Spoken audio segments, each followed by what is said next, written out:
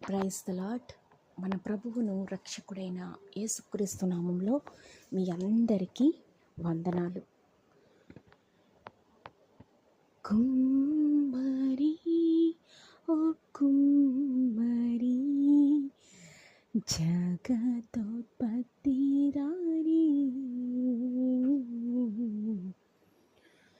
జగతోత్పత్తిదారి, చీకటమన్నైన నా వంక చల్లగా చూడుమయ్యా, చల్లగా చూడుమయ్యా, చల్లగా చూడుమయ్యా, చల్లగా చూడుమయ్యా. పనికి రాని పాత్రనని పారవేయకుమా,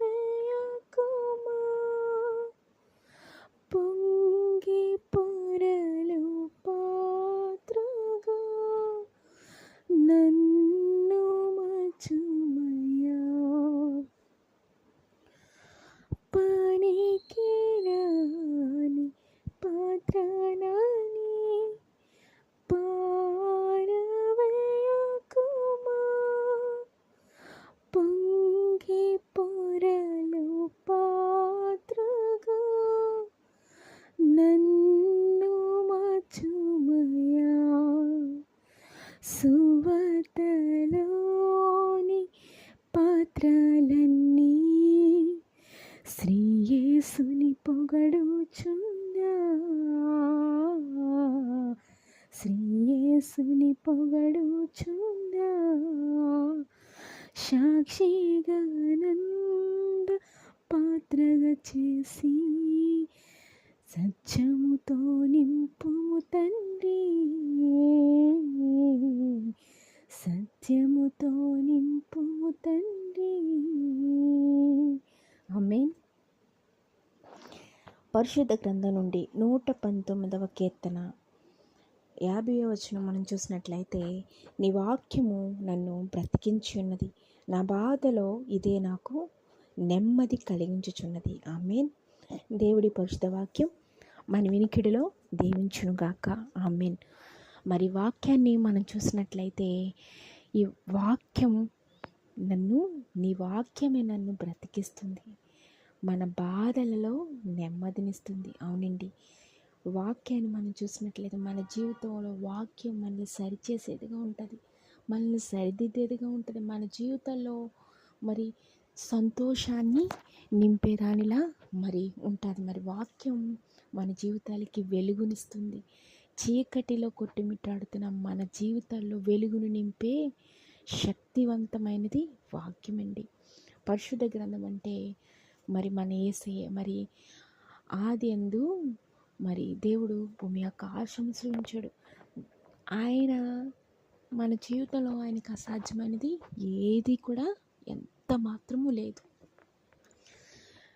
మరి కుమ్మరిని మనం చూసినట్లయితే, కుమ్మరి చేతితో ఎంతో చక్కగా ఎంతో అందంగా మరి మట్టితో పాత్రలను చేస్తారు. మట్టితో వివిధ రకాలమైనటువంటి వస్తువులు మరి బొమ్మలను మరి చేసినప్పుడు మనం చాలా ఇష్టపడుతూ ఉంటాం. ఎందుకంటే అవి మన ఆకర్షించే విధంగా చాలా అందంగా మలచబడతాయి. మరి వాటిని ఆ కుమ్మరి ఎంతో కష్టపడి మరి తయారు చేస్తాడు కదా. మరి ఆ తయారు చేసే విధానం మనం ఒక్కసారి జ్ఞాపకం చేసుకున్నట్లయితే, మరి కుమ్మరి మంటిని తీసి వెంటనే దాన్ని బొమ్మగా అయితే చేసేడు, కానీ దానిలో ఉన్న మరి వ్యర్థాలను మొత్తం, దానిలో ఏదైతే పనికి రానివి ఉంటాయో వాటన్నిటినీ ఏరి పారేస్తాడు. ఎట్టి రీతిగా అనగా ఆ మట్టిని మొదటిగా జల్లెడ వేస్తాడు. ఎక్కడైతే శ్రేష్టమైన మట్టి ఉందో దాన్ని మొదటిగా తీసుకొని దాన్ని జల్లెడ వేసి వాటిలో ఉన్నటువంటి మరి పనికి రాని వాటిని ఏరి పారేస్తాడు. మరి మన జీవితాల్లో కూడా చాలాసార్లు మరి మనుషులుగా పనికి రానివి, మన జీవితంలో మనం పాడు చేసేవి, మనల్ని పతనం చేయాలని చూసే మరి వ్యర్థమైనవి మనలో చాలా ఉంటాయండి. వాటిని ఎప్పుడైతే మనం విడిచిపెట్టగలుగుతామో ఉన్నతమైనటువంటి ఆశీర్వాదాలు పొందుకోగలుగుతాం. మరి మనం చూసినట్లయితే ఉదాహరణకి ఒక డాక్టర్ దగ్గరికి మనం వెళ్ళినట్లయితే మరి ఆ డాక్టర్కి మనలో ఉన్నటువంటి నాకు ఆరోగ్యం బాగాలేదనగానే తను మరి డాక్టర్ గారు టక టక టక టక మందులు అయితే రాసేయడు, కానీ మన ప్రాబ్లం ఏంటో ఆయన మొదటిగా తెలుసుకుంటాడు. మనలో ఈ వ్యాధి రావడానికి ఏది కారణమో మరి అది తను మొదటిగా డాక్టర్ తెలుసుకుంటాడు కదండి. మరి మనలో ఏదైతే అనారోగ్యం ఉందో, జలుబు అయితే జలుబు, జ్వరం అయితే జ్వరం, లేకపోతే ఇంకేదైనా మరి యాంటీబయాటిక్స్ ఇస్తారు కొన్ని సమయాల్లో ట్యాబ్లెట్స్ ఇస్తారు, అలాగా ఏ వ్యాధికి ఆ మందు ఇస్తారు. ఎప్పుడైతే మరి డాక్టర్ ఇచ్చిన మందులు వేసుకోవాలి, ఆయన చెప్పిన విధంగా మనం నడుచుకోవాలి కదండి. అప్పుడే మన వ్యాధి తగ్గుతుంది. అదే రీతిగా మరి డాక్టర్ ఇచ్చిన మెడిసిన్ ఎలా అయితే మనం మెడిసిన్ వేసుకుంటూ ఆయన చెప్పిన రీతిగా మనం ముందుకెళ్ళినప్పుడు ఆ వ్యాధి నుంచి సంపూర్ణ స్వస్థత మనం పొందుకుంటాం.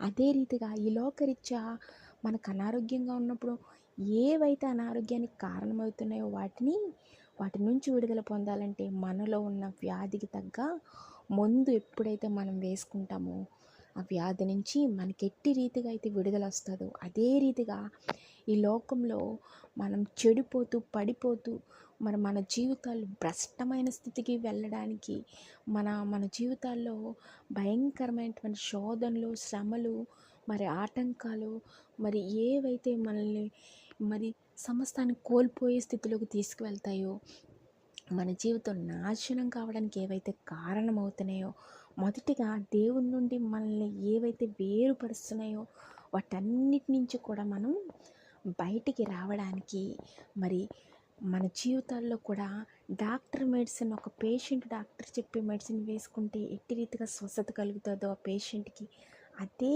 రీతిగా మరి మన లోపల ఉన్నటువంటి ఈ లోక వ్యాధులకి మందు వేసుకుంటే నయమవుతాయి.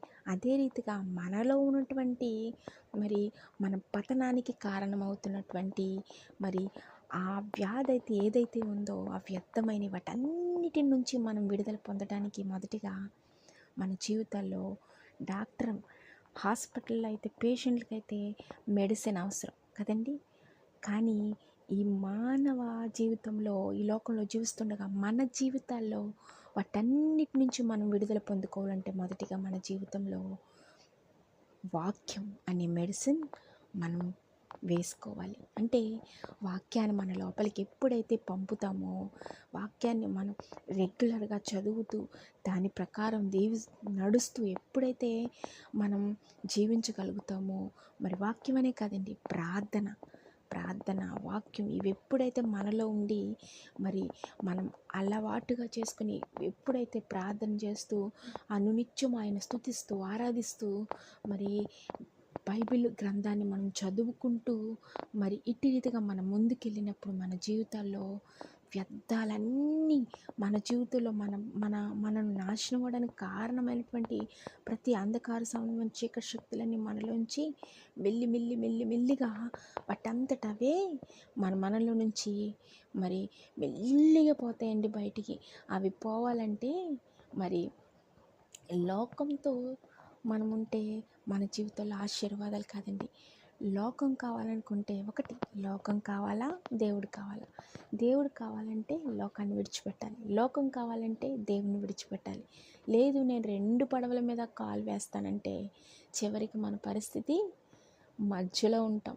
అటు చెందకుండా ఇటు చెందకుండా మన జీవితం వ్యర్థమైపోతూ ఉంటుంది. మరి మన జీవితాల్లో వాక్యాన్ని, ప్రార్థనని మనం అలవాటు చేసుకొని మన జీవితాల్లో వాక్య ప్రకారం జీవిస్తూ మరి ఆయన యందలి భయభక్తులతో ముందుకు సాగినట్లయితే గొప్ప ఆశీర్వాదాలు పొందుకుంటాం. మన జీవితంలో విడిచిపెట్టవలసినవేవో అవి మొదటిగా విడిచిపెట్టాలి.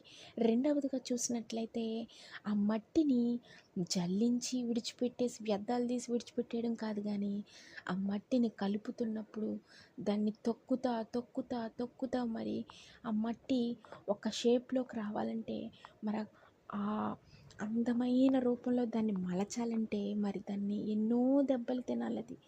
తొక్కి తొక్కి తొక్కి తొక్కి తొక్కి దాన్ని మరి ముద్దగా చేసినప్పుడు మాత్రమే అది ఒక అందమైన రూపానికి ఎట్టి రీతిగా వస్తుందో, మరి అదే రీతిగా ఈ లోకంలో మనం జీవిస్తున్నప్పుడు మనం కూడా మరి శ్రమలు, నిందలు, బాధలు, భయంకరమైన పరిస్థితులు గుండా మనం ప్రయాణిస్తున్నప్పుడు మన జీవితంలో గొప్ప సాక్ష్యాన్ని పొందుకుంటూ ఉంటాం. ఎందుకంటే విశ్వాసం మన జీవితంలో మరి విశ్వాసం అన్నదంట మరి దేవుడు చేసే కార్యాలు కంటికి కనబడవు, చెవులకు వినపడు, హృదయానికి గోచరమైనవి.